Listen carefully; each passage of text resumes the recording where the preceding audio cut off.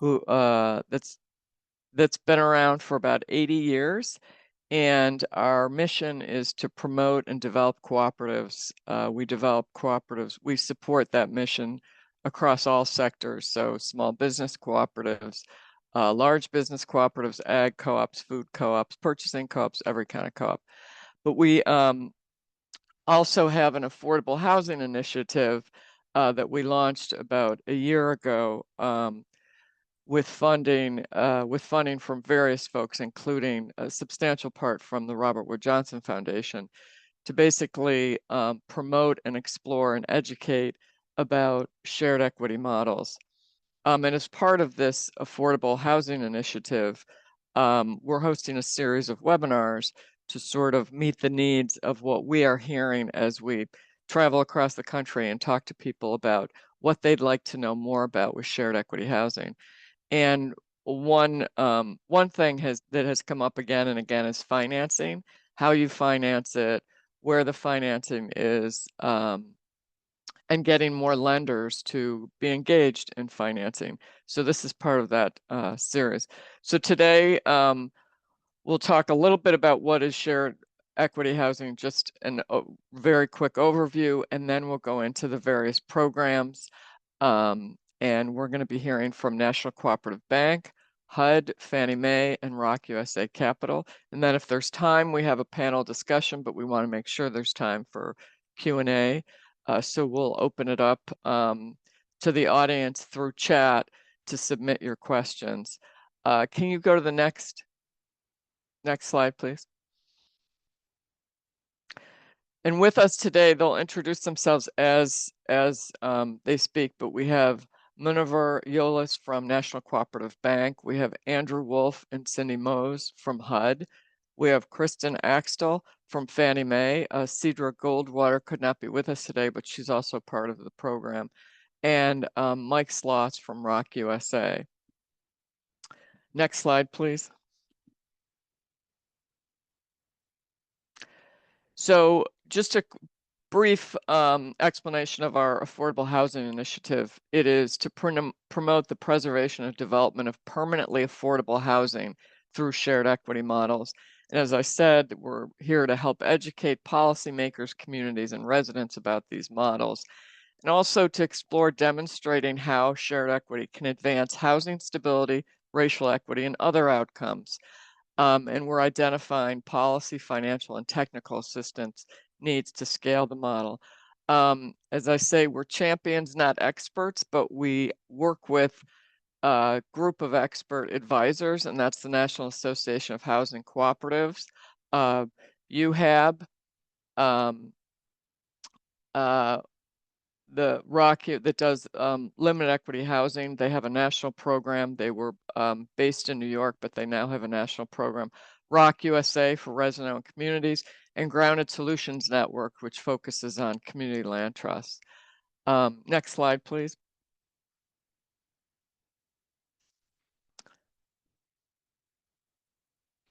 So what is shared equity housing? There's a lot of different sort of iterations or phrases used for shared equity housing. Might be called social housing, it might just be called shared housing or permanently affordable housing. We've sort of landed on entities or properties in which residents and community members lead in both governance and ownership. You may or may not agree with that, but we've got to agree on something. So that's sort of our operating definition. And for the purposes of our affordable housing initiative, next slide, please, we sort of bucket the shared equity housing models that we're talking about into limited equity affordable cooperatives, of which there's around 190,000 or more units across the country.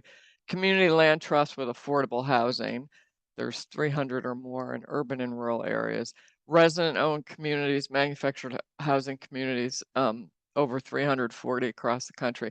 Then inclusionary zone housing programs, which are mixed income housing programs that require a portion that it's done differently, but require a portion to be low income affordable housing.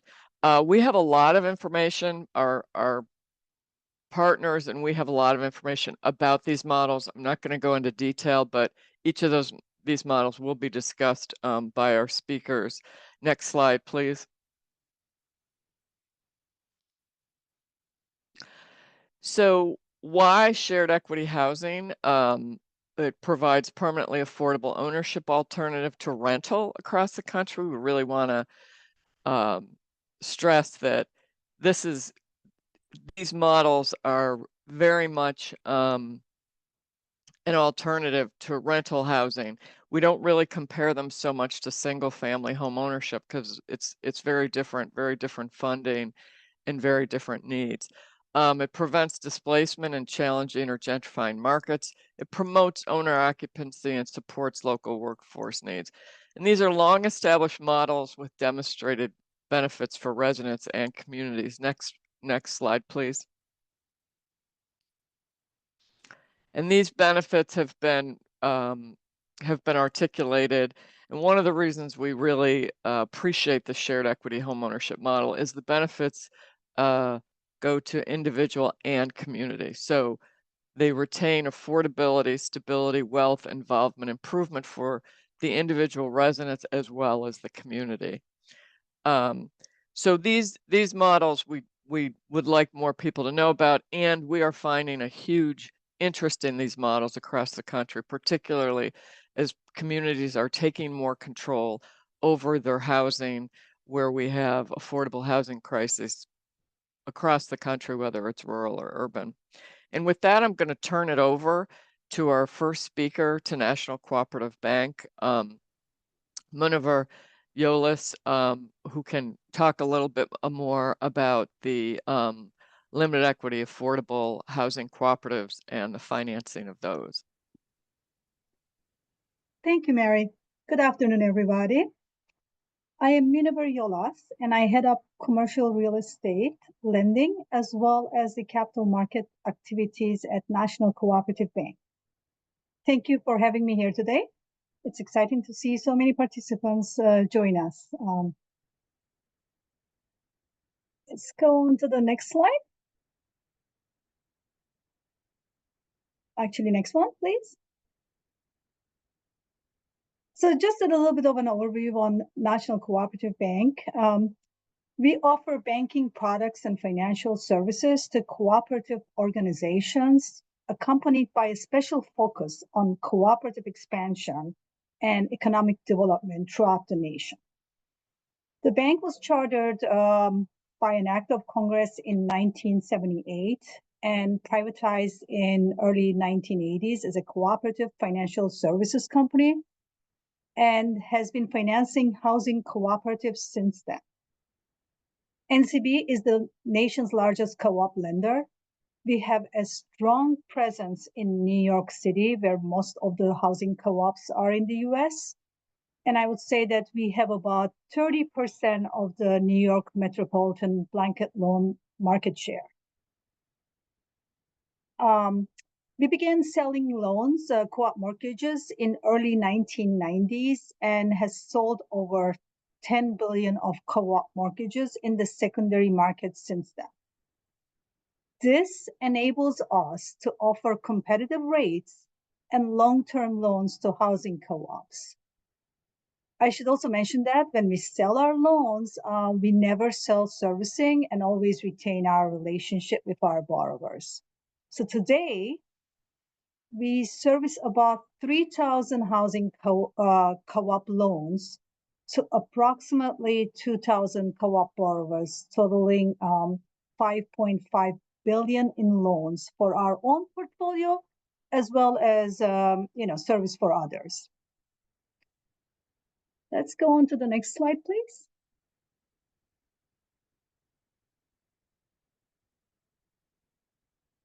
We lend nationwide across the whole spectrum of housing co-ops. I would say on average, we finance about 600 million to housing co-ops each year. That includes market rate co-ops and affordable limited equity co-ops. We also work with senior housing co-ops and resident-owned communities. We do support new housing cooperative development with construction financing as well.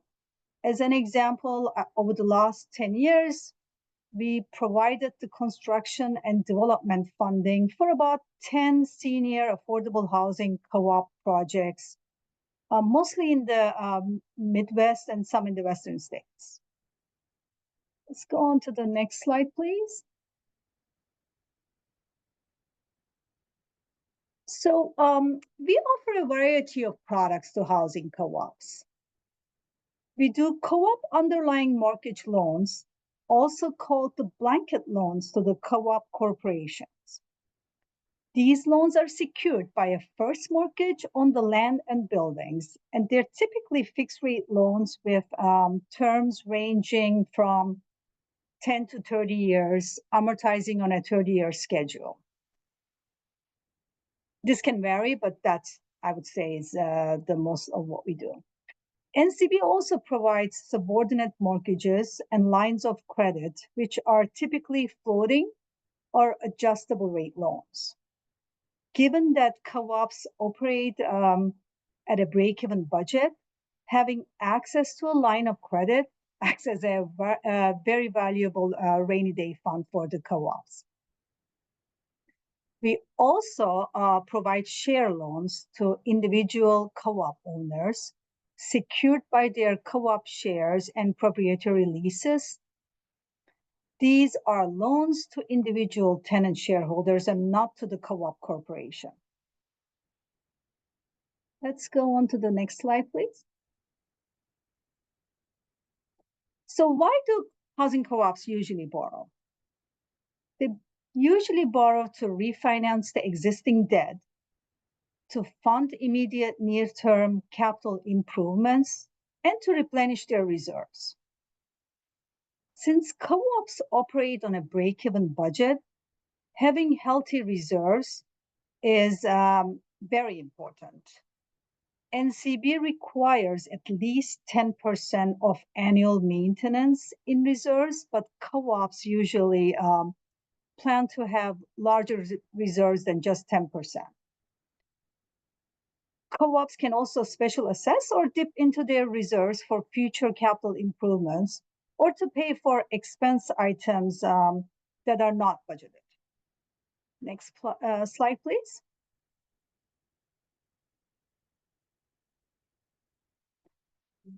Here's a recent deal we just closed that I want to highlight. A Leicester Housing Cooperative. NCB provided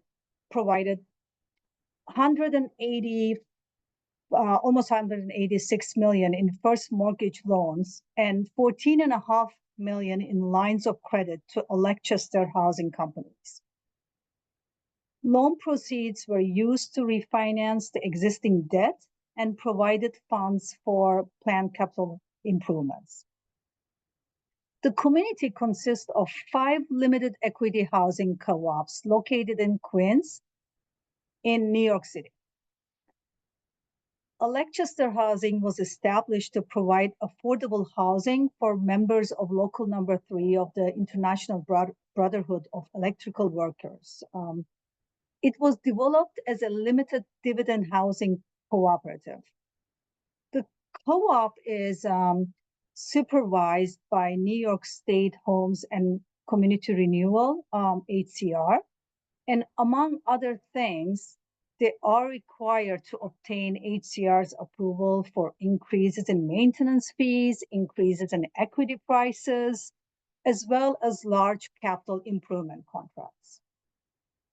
The property is spread over 57 acres and consists of 38 buildings and almost 2,400 residential co-op units. This is collectively the largest transaction we ever financed. We've done other large deals in the 40 to 60 million range, but also do much smaller loans. Our average deal is usually around 2 to 3 million. Next slide, please.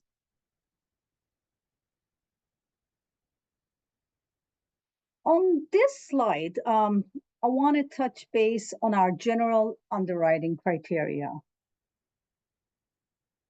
As part of our underwriting, we reviewed the co-op's bylaws and the organizational documents.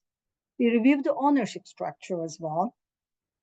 Democratic governance structure reduces risk of mismanagement. Homeowners tend to exercise more care in maintaining their properties for sure.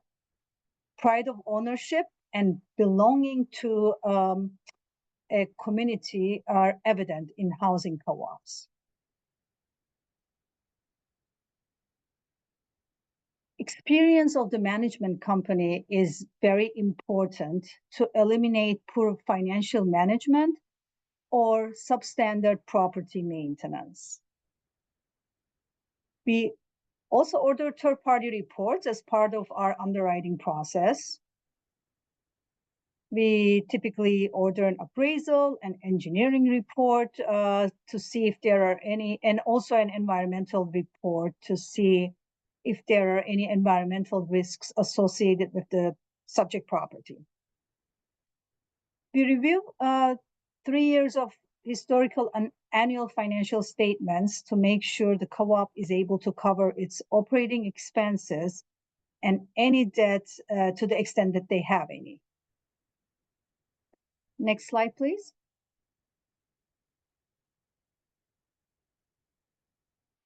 We also reviewed the budgeted cash flow. Co-ops typically set a break-even budget, meaning maintenance charges are set to cover operating expenses, real estate taxes, and insurance, and debt service. The co-op model allows shareholders to better control their expenses and their budgets, and thus their monthly maintenance charges compared to what they would have paid if they were renting. Next is the shareholder delinquencies. We do want to make sure that the shareholders are able to pay their monthly charges. We review the aggregate past due shareholder receivables as a % of maintenance charges and analyze the number of delinquent units as well as the co-op's policy on collections in general. We order an appraisal and review the loan to values because we're lending and we want to make sure that loan to value is in line. We look at values in 2 different ways when it comes to co-ops. The first is the cooperative LTV, which is essentially the gross sellout value plus any debt that's outstanding. This is not as meaningful for limited equity co-ops as the sale price is limited to preserve affordability, but we also look at the rental LTV, which is a proxy using rental net cash flow capped at market capitalization rates. Next slide, please.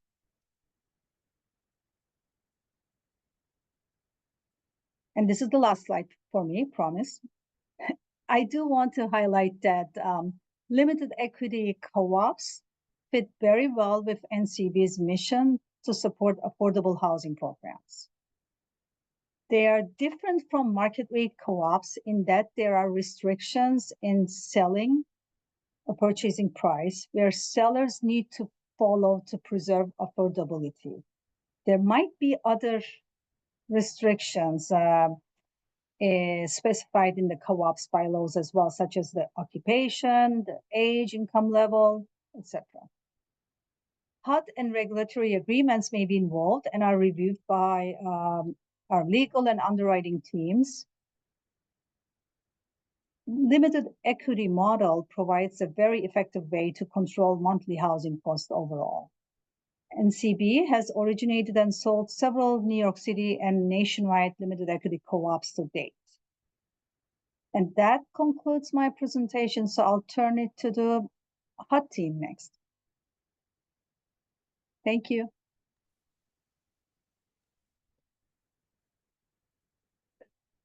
Okay, that's me. Just give me a second to find my presentation.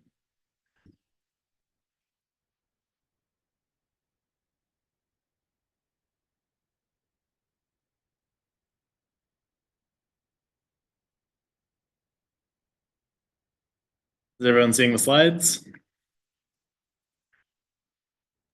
Yes. Okay, great. So I'm Andrew Wolf. I've got with me Cindy Mose and Ray Stiles. Cindy and I are both underwriters in the Minneapolis office, and Ray is our branch chief. The Minneapolis underwriting team is HUD's cooperative team. Stretches back a few decades. Past 30 years, we've underwritten over 100 Section 213 senior cooperatives, something we'll describe a little more later. Recently, since 2018, we've had 23 of those, so the volume is staying pretty high. We also had a huge influx of refis. When rates got low in the 2020, we had a rush of 29 refi applications over the course of those 2 or 3 years there. This is a list of all the people on the team here. If you want contact information or anything, you can just look up all those names on the HUD website and get our email address. So Sorry, just a little overview. To interrupt you, Andrew, can we ask you to put yourself in presentation mode so we can see it larger? It looks like it's Sure. You guys on see the people's notes? screens. Sorry about that. Up on the right, down on the bottom, sorry, you have this arrow, the 85% mark. To the left of that, you have an icon that looks like a podium. If you click on that, it should work. That's weird. On my screen, it already shows that. Oh. All right, we'll carry on. Sorry to interrupt your flow. We're going to share the slides with everyone afterwards as well, just to respond to that concern in the chat. Thank you. Carry on. Okay. Is this better? I think I know the problem. Hold on. Sorry. Maybe the slideshow. Yeah, I'll get it. Run slideshow should do it.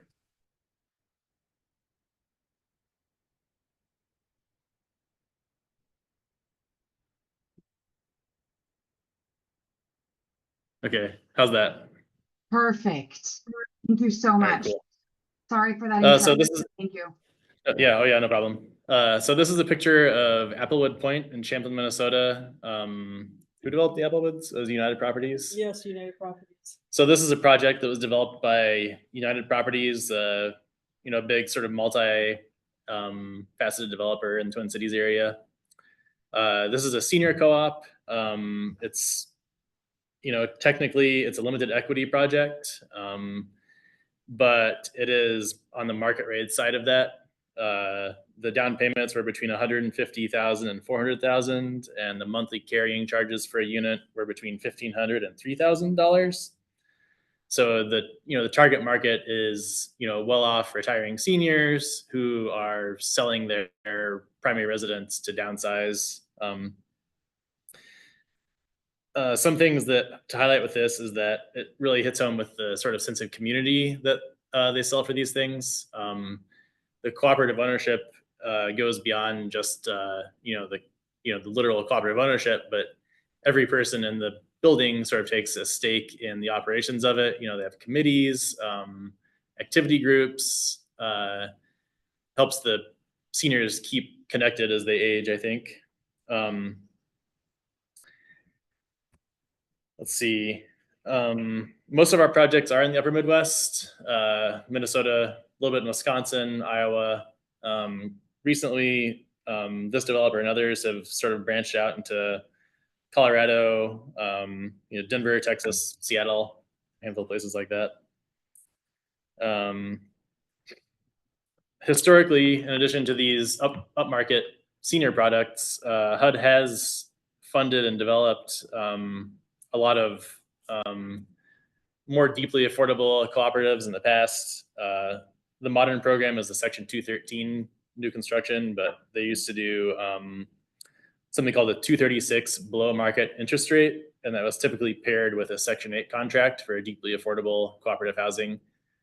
And a lot of those legacy projects are still around in the upper Midwest and elsewhere in the country, and we do still do refis on those, but they're a little more challenging because the projects are not typically very well capitalized. So this is a modern affordable project that we recently processed, and Cindy's just going to give us a quick overview of that. Yeah, we wanted to show this one, Ulu at Othello Square in Seattle, Washington. This is our first affordable co-op that we have processed in a long time, since Andrew was talking about those other programs. And this one is going to be limited to individuals at 80% AMI and first-time home buyers.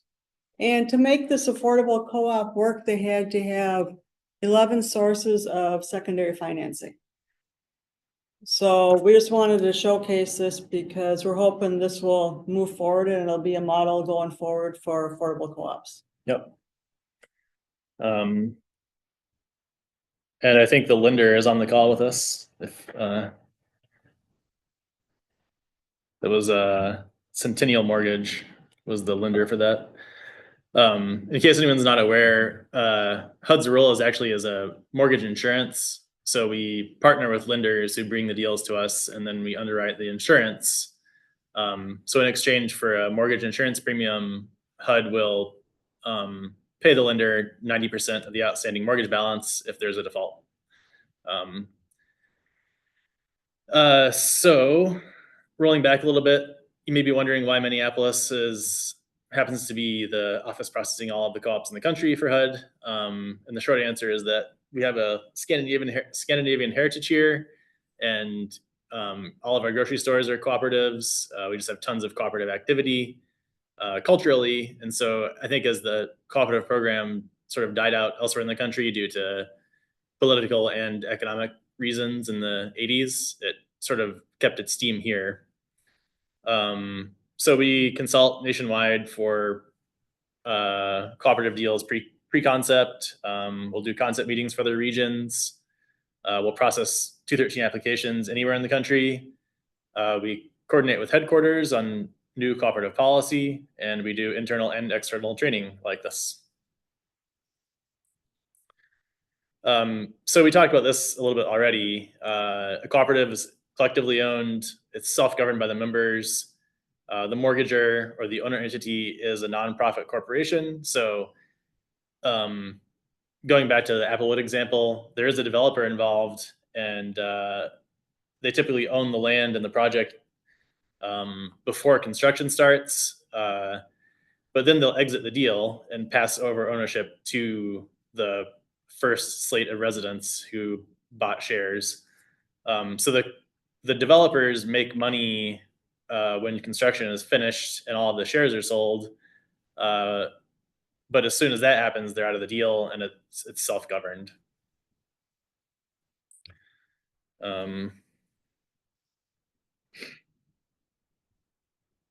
Similar to National Co-op Bank, HUD takes a deep look at the org docs and financial capacity of developers.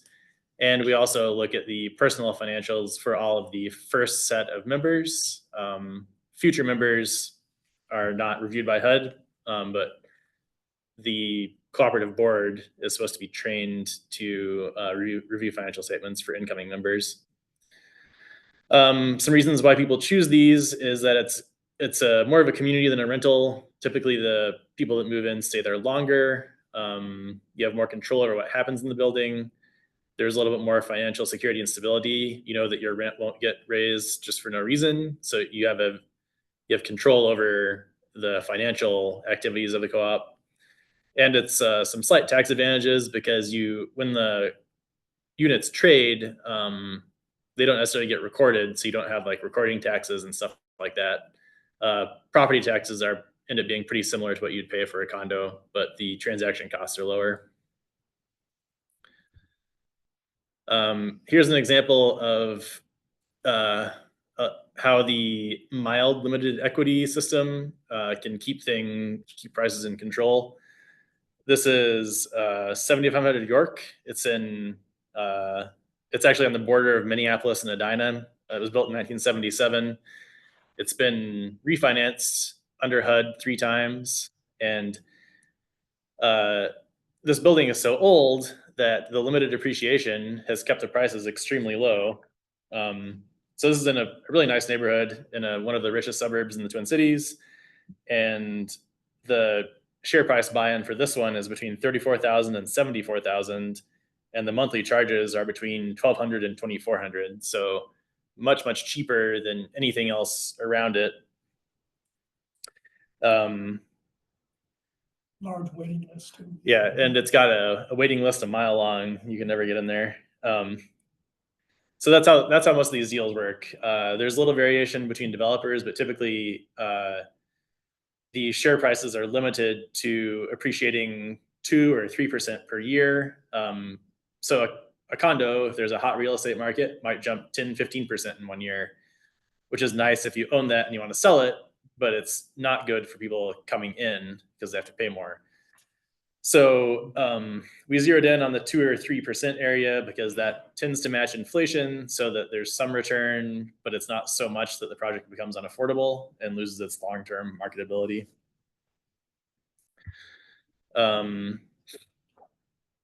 So just to hit on a few terms on the financial structure, development costs are the construction costs plus financing costs, and the developer's profit is built into that too. The vast majority of these are debt service constrained. So essentially,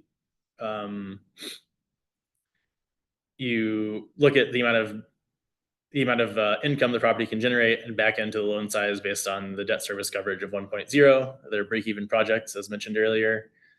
So then the term carrying charges refers to the debt service plus the operating expenses, and that gets divided amongst the members and becomes their effective, like their rent. So for a few recent deals here, our average has been about 66 units. The unit sizes around 1,420 square feet, 2.1 bedrooms. This is a figure from, I think, 2 years ago. The average loan size was 18.7 million, which came out to about 283,000 per unit. So they're on the pricier side. Here's a chart that shows our historical volume going back to the year 2000. We're averaging only about 5 deals per year, and you can see the average mortgage size has increased from 5.8 million in 2000 up to 19.7 million in 2024. These are viewed as low-risk transactions. The seniors are generally pretty trustworthy. There's a pre-sale requirement, so the project can't move forward until they sell either 60 or 90% of the units, and that's depending on the strength of the borrower developer entity. There's a guarantee agreement that the developer signs that they'll cover the operating expenses for up to 5 years if they don't sell all the units. And as I said earlier, we review and approve all the members before the initial endorsement, start of construction. We have a lot of really experienced developers and then some newer developers. We also require reserves. They're quite a bit higher than national co-op banks. The operating reserve the HUD requires is 25% of the annual carrying charges, which, as I mentioned earlier, was the debt service plus the operating expenses. And then on top of that, there's every 10 years, there's an engineering report. And that engineering report is used to size a capital reserve for replacements. So you've got dual reserves. Those can build up to be quite large, but sometimes the usefulness of that becomes apparent when major systems have to be repaired, and the co-op can easily afford it from their existing reserves, and they don't have to refi just for that.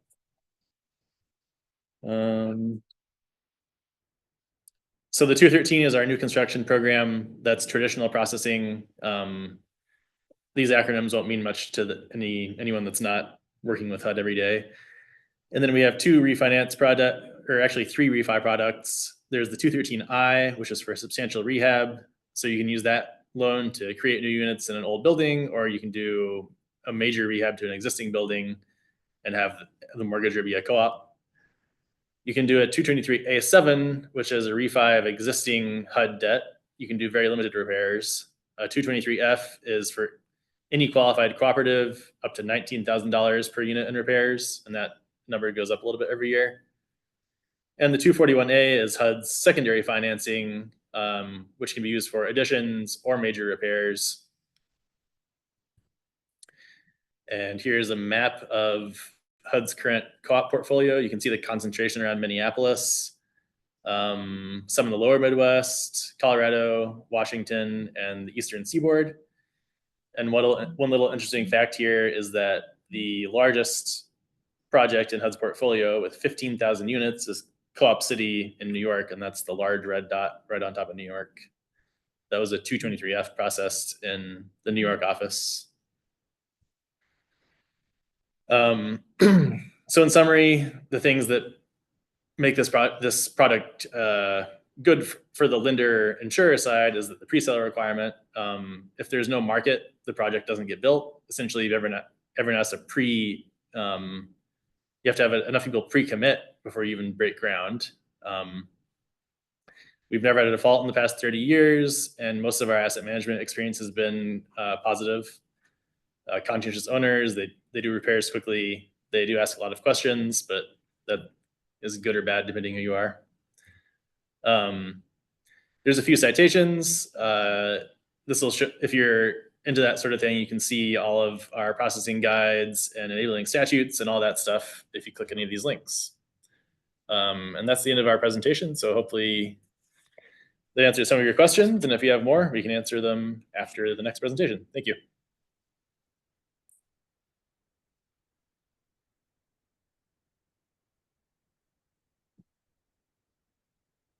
I'm not sure who's next. Thank you. We'll hand it over to Kristen Axtell now with Fannie Mae. Thank you. Thank you so much. Is anyone able to pull the slides up? Yeah, I'm pulling them up now. There's a little bit of a lag, so apologies for that, but I'm pulling. No problem. Thank you so much. Of course. And while I'm at it, big thank you to the CDF team for hosting today's webinar. Appreciate the ability for us to participate. Today, I'll highlight some of our key items within our lending process and also some resources that we've recently made available to help support lending on single-family properties that are shared equity properties. I'll introduce myself. My name is Kristen Axtell, and I work on the engagement and impact team at Fannie Mae. My role is to manage the affordable housing preservation portion of Fannie Mae's duty to serve plan, which covers a lot of the work to support shared equity properties that we'll be discussing. And I'll wait for the slides to catch up.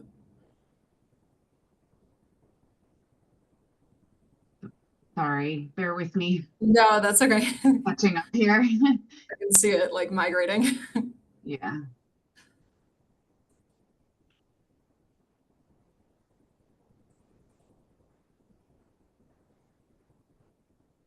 It's great to learn a lot about the HUD co-op lending process.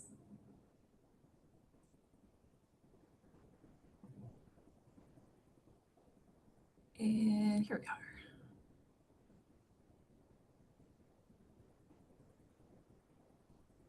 And so we can proceed to the next slide, which has a general disclaimer that I do have to give, which is that while every effort has been made to ensure the reliability of the session content, Fannie Mae's selling and servicing guides and their updates, including guide announcements and release notes, are official statements of Fannie Mae's policies and procedures and control in the event of discrepancies between the information in this seminar and in the guides. So hopefully everything that I say aligns with what's already in our selling guide.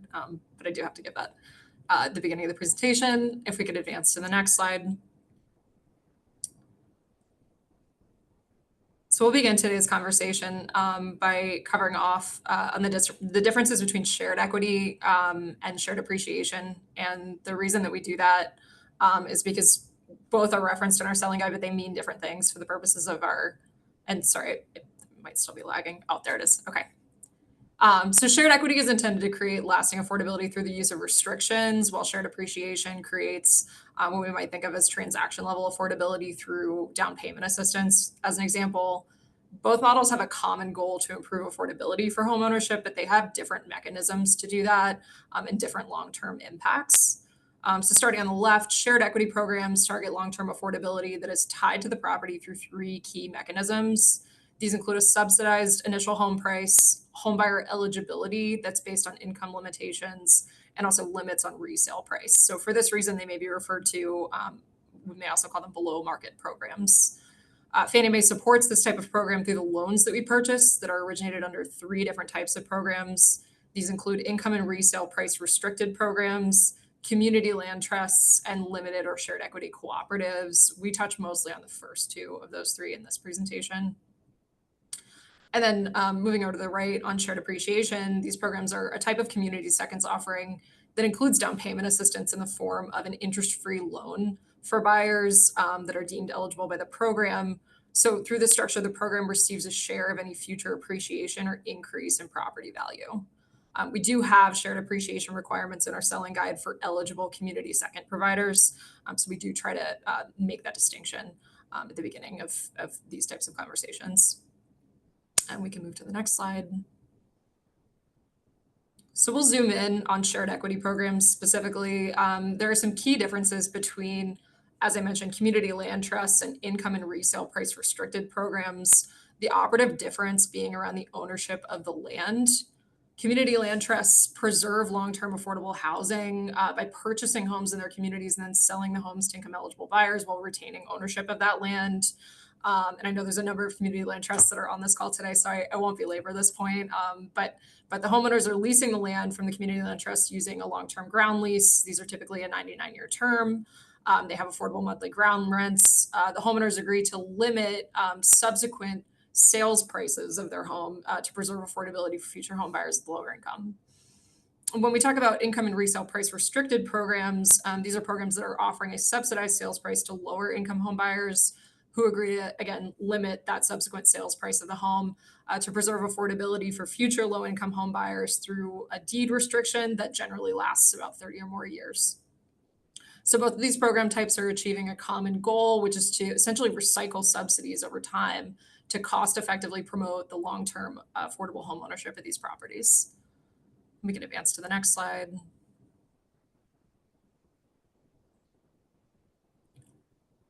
So Fannie Mae's role, and I'm sorry, you're probably gonna have to click through all the bullet points. Apologies for that slide quirk. So Fannie Mae's role within the secondary market allows us to support shared equity lending through the purchase of loans that are originated under a shared equity program. We do have several requirements for this to be possible. And I think there's actually one more bullet, sorry. The requirements include that a program must be a nonprofit organization or public entity, such as a state or local government. And then we also have a requirement around private transfer fees. So for programs that charge a private transfer fee to help with the operational costs of reselling or turning over a property, Fannie Mae does permit this, but only in the cases where the CLT meets what we refer to as additional duty to serve requirements. You may have mentioned, you may have heard me mention the duty to serve plan, which is my role at Fannie Mae. We'll cover on those duty to serve requirements in a subsequent slide. Ground leases that are used by a CLT program must also meet our selling guide requirements and contain a provision that all income and resale price restrictions terminate at foreclosure. For income and resale price restricted programs, there is a model deed restriction available, which we do reference on this slide. Although other deed restriction documents may be considered acceptable if they contain the appropriate restrictions. So we'll talk a little bit about that review also. And I think there might be one more bullet that's like waiting to populate. There we go. And then I think we can probably move to the next slide, which we'll use to talk about the affordable LTV calculation.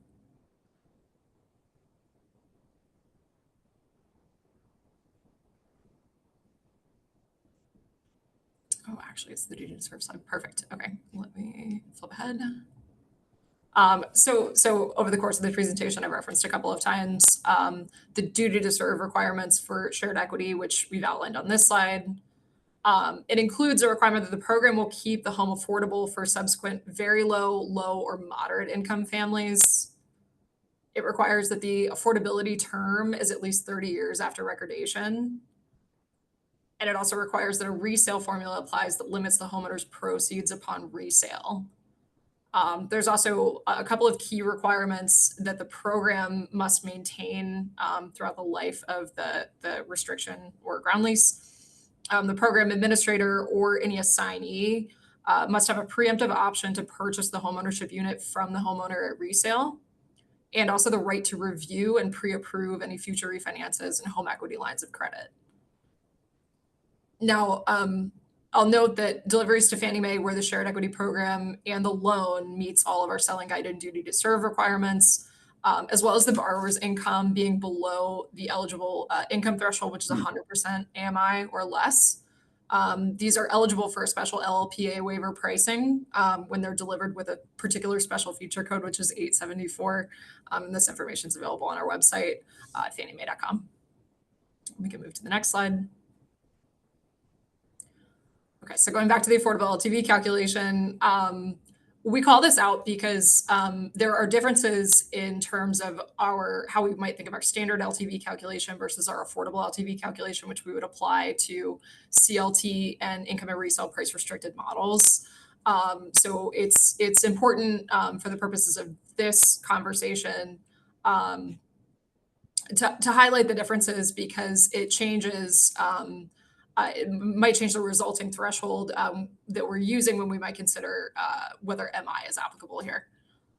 So I'll note in the standard LTV calculation column to the left, which is likely the way that we're used to thinking about LTV, we take the loan amount and we divide it by the lesser of the sales price or the appraised value. The other two columns are for CLTs and deed restricted programs. So we require the affordable LTV calculation to be applied when resale restrictions terminate at foreclosure. So I've mentioned that one other time. This is typical for CLTs and income resale restricted loans because it's more indicative of the actual value of the property in the event of a foreclosure. So within the CLT calculation, the market value has been adjusted to reflect the impact of the leasehold fee. We would take the loan amount and divide it by the appraised value, which has been adjusted for that leasehold fee value. I'll call out that it's pretty important to consider the experience of your appraiser and their familiarity with underwriting CLT properties, because they will need to make those adjustments in order to come up with their final property valuation. The main difference between the income and resale price restricted programs and the CLT program's affordable LTV calculation is that leasehold fee value. So when we move to the column all the way on the right, the deed restriction calculation uses the appraised value in its LTV calculation because there is no leasehold, right? The program is who owns that property, or excuse me, the buyer is who owns both the land and the home. So you would take the loan amount and divide it by the appraised value. With the CLT and income retail restriction properties where restrictions terminate at foreclosure, the sales price, or in their case, their subsidized sales price, isn't used in the LTV because these properties are being sold at below market rates. And again, this is only required for properties where restrictions are terminating at foreclosure. Otherwise, we would rely on the standard LTV calculation, which is on the left. So we can advance to the next slide.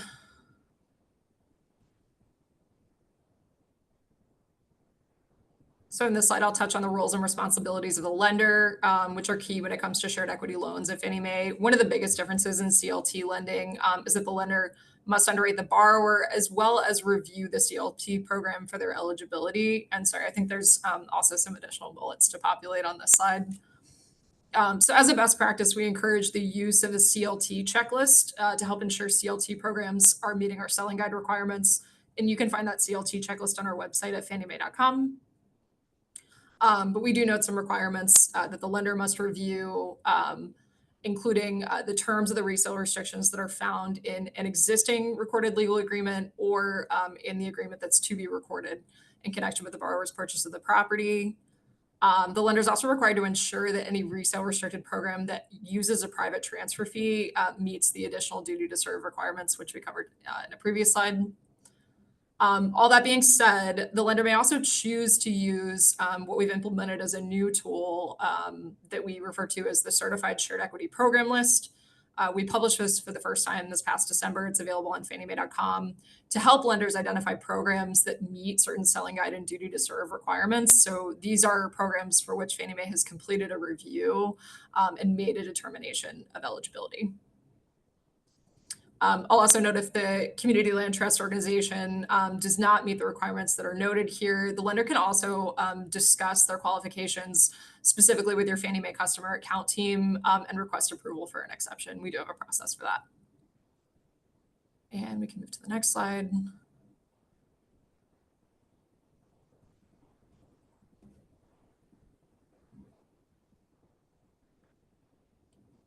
So as I mentioned last year, Fannie Mae published the Certified Shared Equity Program list for the first time. And again, this is an identification tool for lenders that you can use to identify programs that are using what we've considered acceptable selling guide model documents, programs that are meeting those additional duty to serve requirements. And then there's some additional detail in there that may be relevant, such as whether a program, for example, uses a private transfer fee.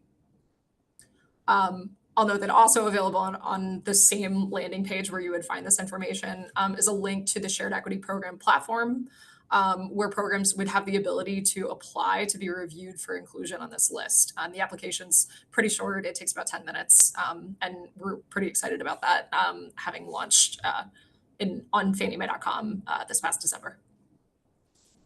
And we can move to the last slide.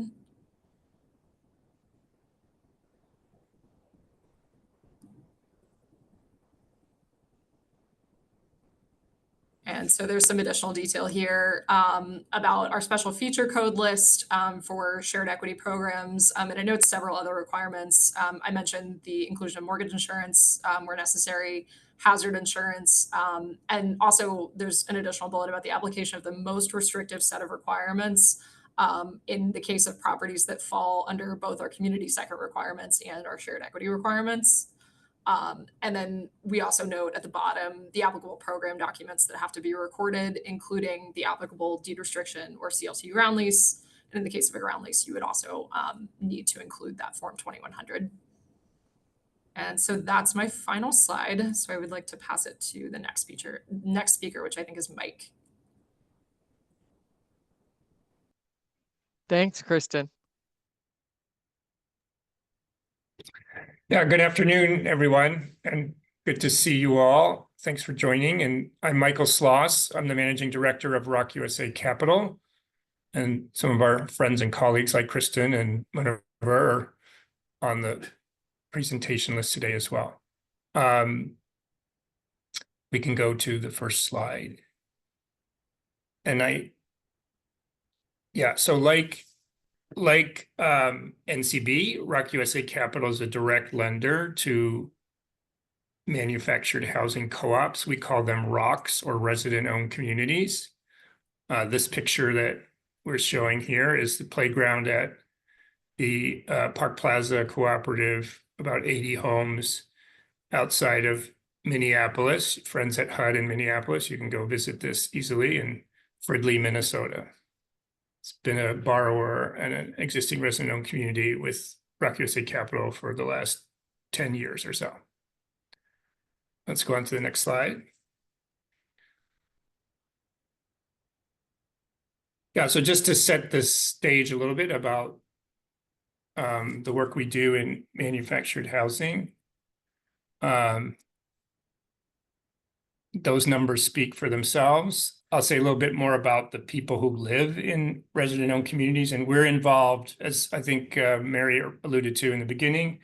There's 344 ROCs, or resident-owned communities, today across about 22 states. There's about 23,000 homeowners living in those communities. And until recently, this was largely, unsubsidized affordable housing.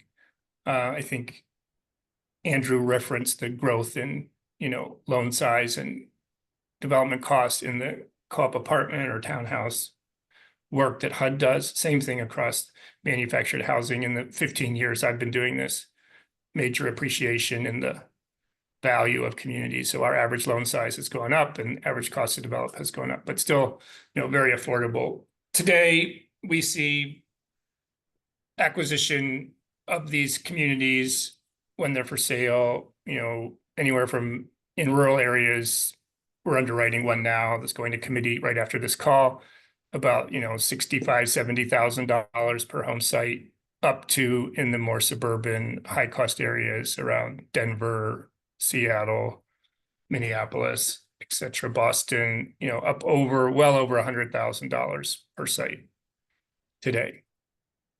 You can go on to the next slide.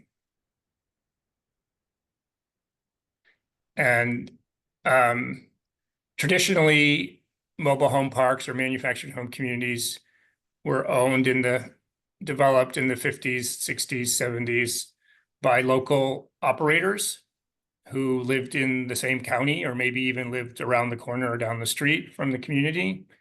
That's changed a lot over the past, especially over the past 10 or 15 years. And the market is consolidating dramatically in the hands of private wealth funds, private equity funds, etc. And that's forcing up prices, that's forcing up lot rents on a monthly basis, that's making it less affordable for lower income homeowners and seniors to afford to live there. It is a substantial retirement source of housing for people downsizing, as you referenced earlier, Andrew, also in manufactured home communities. Okay, let's go on to the next slide.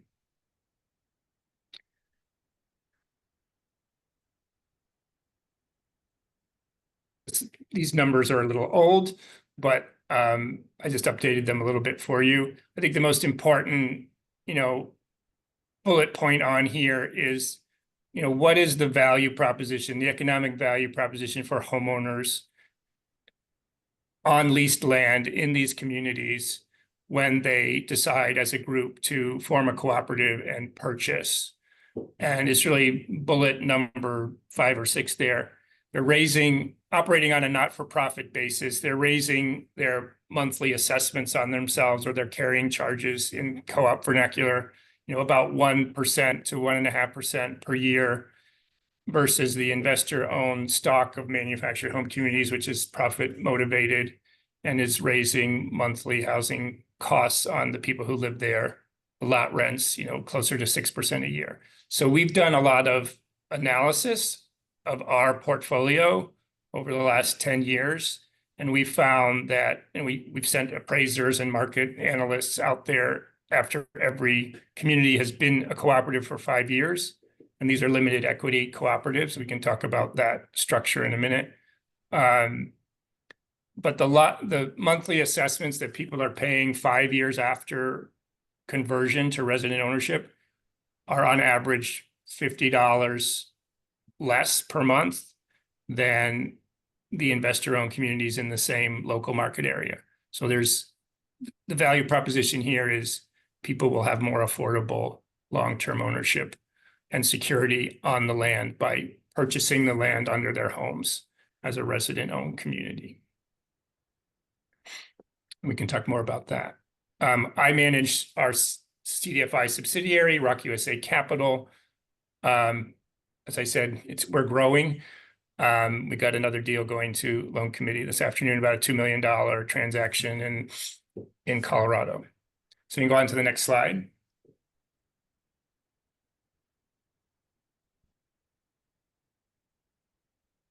Again, I think the other thing to emphasize here is we make first mortgage loans, typically 10 to 15-year term, 30-year amortization, fixed interest rate on the financing to buy the land and infrastructure that supports the individually owned homes in a community, whether it's 25 homes, like we're going to present to loan committee later today, or it's 400 homes. It's, we do everything in between. And 87% of the people who live in the communities we financed are low income, meaning 80% of median or less. About 60% are very low income, 50% of median or less. And age, tend to skew higher older in age and lower, of course, in income and savings, or as far as comparing to the standard single-family homeownership model. So very low income folks we're serving across the country. Go on to the next slide. So a little bit about how we do the nuts and bolts of lending here. This is a limited equity cooperative ownership model, 1 member, 1 vote, 1 household, 1 vote. And the membership fees or share prices to buy in extremely low, $100 to $1,000 in cash so that everybody who lives in the community, regardless of their age or income, can afford to become a member and have a vote. And so that means that on the financing side of what we do, the blanket mortgages we provide for the acquisition of the land can go up to 110% of appraised value because the membership and share price are very low. These people already own their homes. They've invested equity in their manufactured home. And so we don't require them to put up more equity to finance a portion of the land. They really just pay that one-time $100 to $1,000 membership fee. And that membership fee does not appreciate in value. When they sell their home, they sell that membership with the home. But the home is not, as Kristen was talking about in a lot of the community land trust models, there is a resale restriction on the home. In our model, the ROC USA Capital model, ROC USA model, there's no resale restriction on the home. Individual homeowners can sell their home in the community for as much as the market will bear. The restrictions that we've put on the communities through our financing are really simple. It must be a nonprofit entity that buys the land, the nonprofit cooperative, so that there's no incentive to sell the land. No individual homeowner is going to benefit individually from any future sale of the land. It would have to, any net proceeds after sale over the debt would have to go to a nonprofit. So there's a built-in disincentive to ever try to sell the land to a developer who would put in a Walmart or a hotel or anything else and walk away with any excess cash because there isn't going to be any. And it also, those kinds of restrictions we put in the corporate documents that we have to approve of the co-op, mean that it's going to remain a manufactured home community for a very, very, very long time. We have a 110 minimum debt service coverage ratio requirement.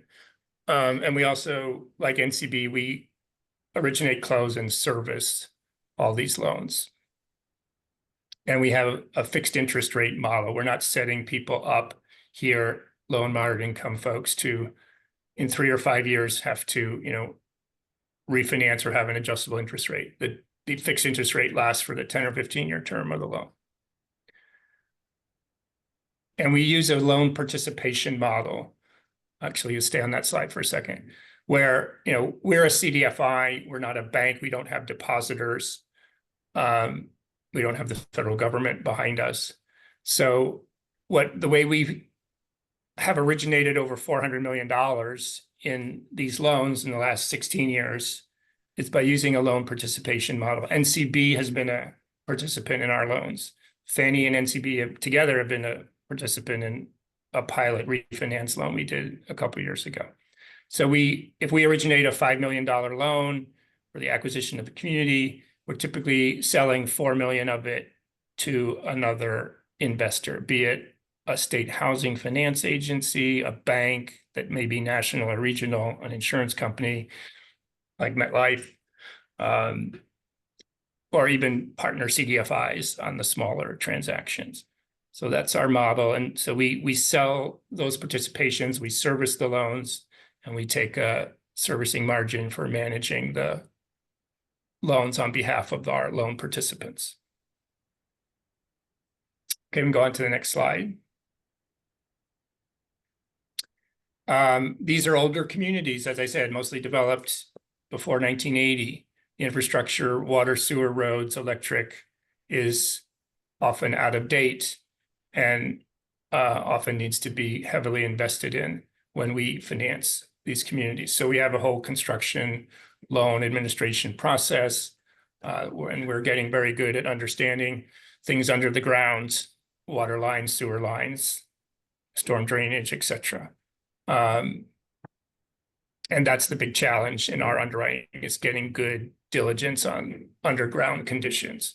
Soil conditions can affect the life of pipes, dramatically. And so we're going to more use of public funding to help support that, both at the state and federal level, and sometimes the local level. what we mentioned here, though, some of you may have heard of this 225 million in HUD's 2023 appropriation bill, the Price Initiative. This is named after Congressman Price, who retired recently, but from North Carolina, who sponsored this bill to include 225 million for specifically manufactured home community infrastructure reinvestment. And HUD CPD manages this grant program at HUD, and they accepted applications in July. We applied for the maximum amount available at ROC USA, and we'll see. HUD has not made the decisions yet, but hopefully we will get an award here shortly. But that's brand new. HUD has not had 225 million in its CPD or CDBG budget ever for manufactured home communities specifically. So that's brand new money that will support improvements to these communities that, you know, need them in terms of major infrastructure improvements. Go on to the next slide. I think we may be at the end here. Yeah, so that's our presentation. I'm, again, Michael Sloss, and that's my contact information. We have a whole staff of underwriters and portfolio managers who work with me on what is now about 120 ROC portfolio and about $335 million of outstanding loans receivable today. So I'll wrap up there and leave time for questions and answers. Thanks, Mike. And thank you. It's all great stuff about how we're trying to address this housing crisis by making more permanently affordable through these models. I'm going to go back to a couple questions. One, this is for HUD that we've had. I'll sort of put it together. The HUD, you talk a lot about the senior co-op housing, but 213 and the other programs are not specific to senior cooperatives. And I think you mentioned, I don't think ULEX that project is, but we have a question about whether you do projects that are not just for seniors, and also wondering where the numbers come from and how you sort of make determinations about share loans and the amount that's required. And lastly, is there anyone not in Minnesota who works on the co-op work? Is there anyone in headquarters who is specifically tasked with Section 213 and co-op and the other co-op work? Sure. I'll go last to first, and hopefully I won't forget any of those. There are a handful of people in the Northeast region that work on co-ops too, but there isn't really anyone in headquarters. So typically if there's a question at headquarters, they'll just send it over to us. I think the Northeast region has gotten more interested lately because they have a lot of legacy co-ops up there to refi. So, 10 years ago, I don't think they had any interest, and now they kind of want to direct those themselves too. So we're helping them get familiar with the programs. The other was about sort of financial parameters. It's pretty much all driven by developer interest and transaction cost. So construction costs, interest rates, and whether a developer thinks they can make any profit off of the deal. And that links back to the first question, which is that we don't have any opposition to doing general occupancy. OLU is general occupancy affordable. I don't think we've ever done a market rate general occupancy deal. Maybe Old Town was that? Maybe one of them was one of the small ones.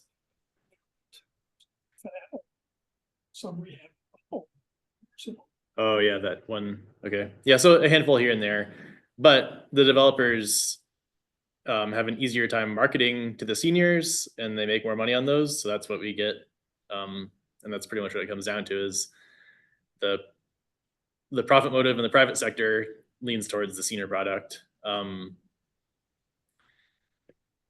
I get everything? I think that was all the questions. Thanks. This question is for NCB, there's a couple questions for NCB. One is, what is the smallest loan size you'd consider? And I'll just ask them at once. And if you would talk a little bit about I think this Electchester, what were the interest rates, amortization, and the loan term of these blanket encumbrances to the co-op in Queens? Sure. So we don't really have a minimum size or a maximum size, essentially. You know, if a deal is too small, we've done deals like 200,000, you know, 300,000. Some we do it for our portfolio. Some we've actually sold to Fannie Mae, you know, so we'll consider small deals. If it gets really, really small, you know, and this is on the blanket side. We also do obviously share loans. They're much, much, much smaller. But I mean, you know, if it gets really small on the blanket side, then it comes to a point where, like, you know, it needs to be economically feasible. But, you know, we will do, you know, we'll evaluate any application and any loan size essentially. And if it, you know, going back to it, if it's too large, sometimes we've participated with other participants, you know, you know, again, we can sell the loan, you know, the sizing is definitely not a, you know, parameter for NC. But onto your second question, the loan that we just did for the Queens deal, it was a 10-year term, interest only. Transaction, you know, and interest rates, typically when we do interest rates, we do use an index. So it changes with the, you know, that's a 10-year deal. So we code our deals over the 10-year index. And it depends on the, you know, the market rate at the time. Right now, the 10-year treasury rate is about 4%. It goes up and down. I think it was, you know, 4% earlier today. So right now the rates are, it depends on the, you know, it depends on whether the deal is done for sale, it is done for, you know, there's affordability aspect, or it's done for the portfolio, you know, because selling a loan essentially, it's, you know, sometimes reduces like lower interest rate. It allows us to offer better rates and be more competitive.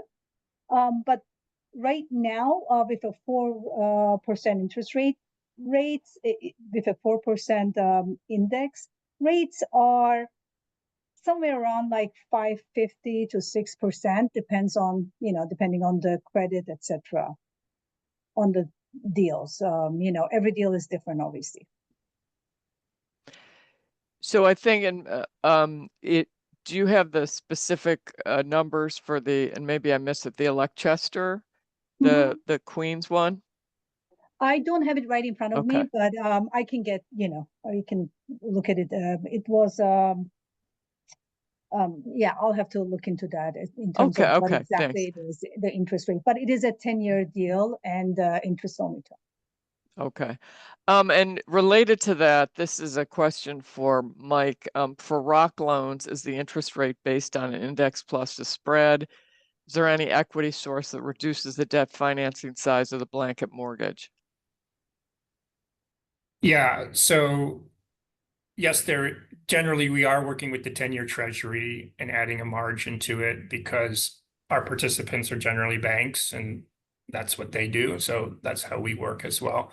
If we have you know, I'll give you one example. We have a relationship with the state of Washington's Housing Finance Corporation. So in Washington State, they're participating in our loans 40% of each deal they purchase, but their yield requirement is only 2% instead of market-based. So we can provide a more affordable pricing in Washington State with that kind of relationship with the state agency. Similar relationships in Colorado and a couple of other places where we can provide, you know, lower cost fixed rate financing. But generally, yes, it's the 10-year treasury plus a margin that includes, you know, the bank or investors margin plus our servicing costs.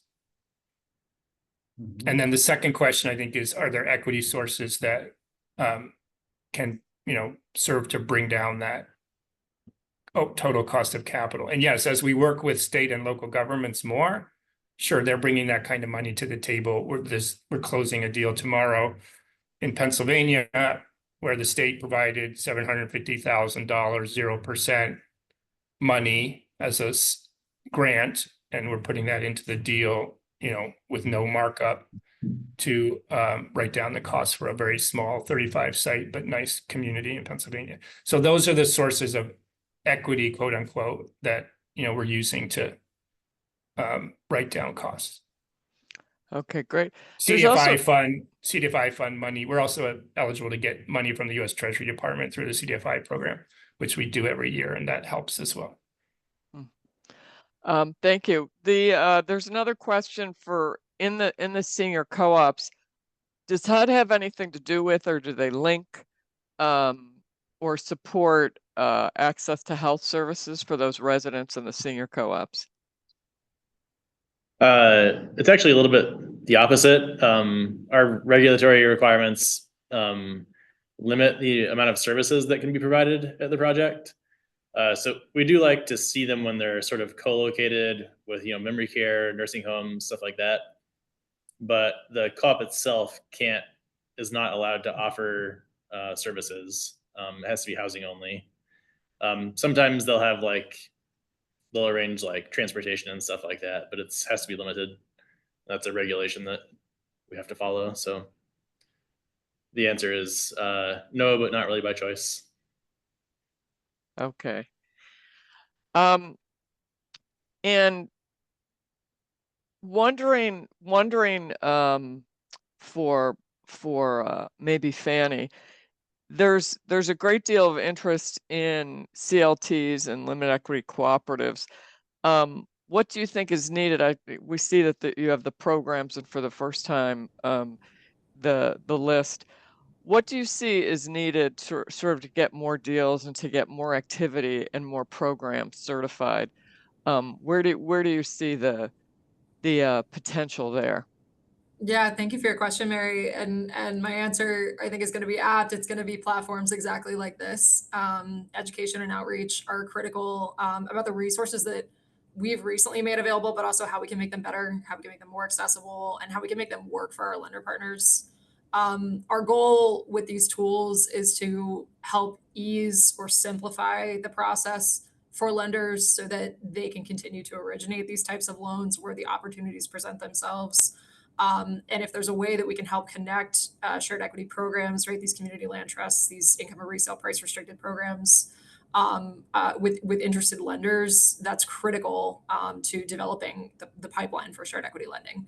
And so from our perspective in the secondary mortgage market, if there's ways that we can support that through, a centralized sort of identification tool, if there's processes that we can, again, simplify, that's what we aim to do. And have you had experience, and what do you think about like programs or projects that sort of combine, like a community land trust with limited equity cooperatives? How do you engage with those? Would that be sort of a 2 or 3 part deal, or you look at each part of that? Yeah, and we would look at each part of it. We've got a few different teams that are both versed in these separate areas, but also a few that are interested and work exclusively with both types. So I've got some really great business teams that I would love to connect interested parties to. So again, my contact information is in the slides, but it's also Kristen_Axtell@fanniemae.com. Please reach out to me. If there's anybody on this call that is interested in connecting with our business teams, we'll take a look at what program you've stood up and figure out how our products can work for you. Great. And do folks, and this is open to everyone, do folks have some sense of whether or not conventional lenders or attracting more lenders to these products? Are you seeing more activity? Or what do you think needs to sort of pull in more lenders into this space? Anyone can sort of take a stab at that. What do you see as their sort of bottom line needs? And where do you see those challenges?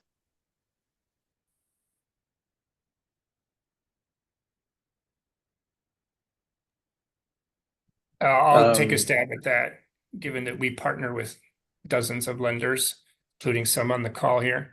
I obviously this is specialized niche lending for co-ops, and I think whoever the developer or partner is, you got to demonstrate your bona fides and cooperative housing, right? We all want to make sure as lenders that the co-op we're lending to, as Muniver mentioned, we look at both the organization and the real estate underwriting, right? So I think it's just convincing those investors, whoever they are, that co-op housing inside and out.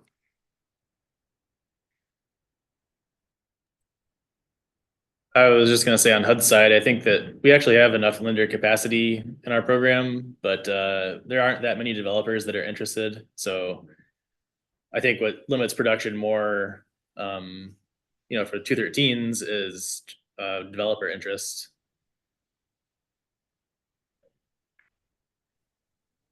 And from NCD standpoint, I would say that it's a niche product, so like it takes a little bit of getting used to how to look at co-ops in general. It's different than your traditional commercial real estate. It's important that co-ops have like a good management team on board to help them.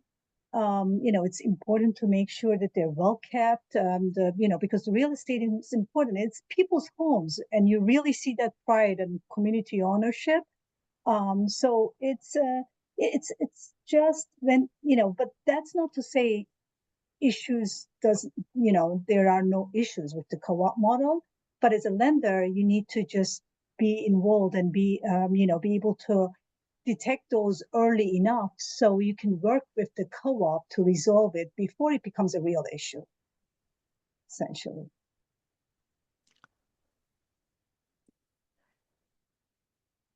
Do you have any words of advice, both Mike and Muniver, from your perspective for the co-ops in particular, as to what would be needed or what could really help them in terms of their functioning, making sure that they meet their financial and operational needs?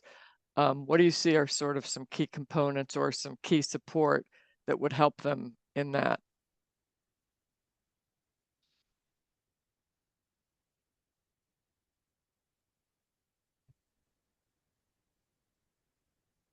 In the ROC USA model, we have a whole part of our operation that provides ongoing training and leadership development for co-op leaders.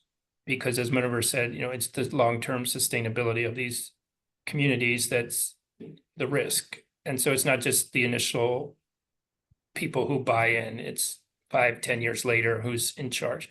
And property management is key to sustain, the asset over time. So but if we're talking directly to people who live in cooperative today, review your bylaws, review your rules, review your organizational documents, make sure they work effectively for the population that you're serving and the regulatory environment you live in whatever state it is. Those can get old and stale sometimes. So, it's worth a few $100s to have a lawyer review those and update them. When we refinance any deal in our portfolio, we do that with our team. So that's one thing. I'll let Muniver chime in there too. As I was saying, good management and long-term planning is essential. Co-ops need to make sure that they're maintaining the property and planning for the long term, because when they're getting a loan, there are also some prepayment penalties to get out of the loan, basically. So it's important to plan for future capital improvement needs, upfront. And also, there will always be, unexpected, need for access to money. And then, you just that's important to partner up with a lender to sort of, who can help them out and, make sure that they're taking care of the property. But I cannot emphasize good management enough when it comes to co-ops.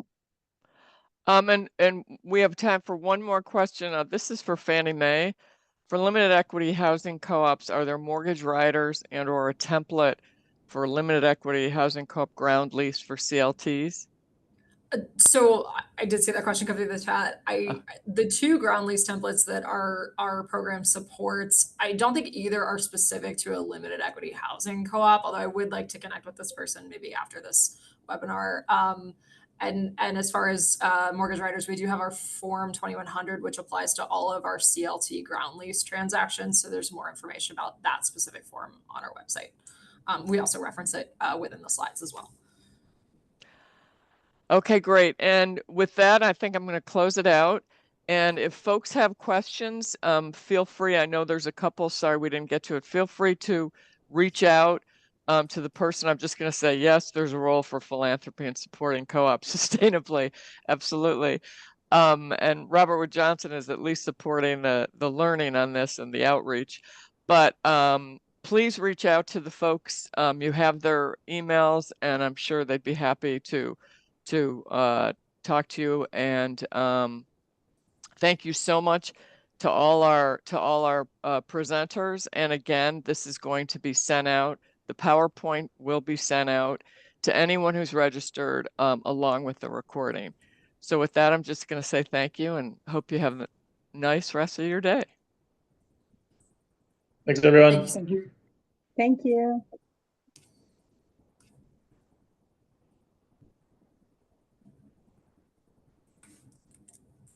And from staff here, thanks again to our speakers.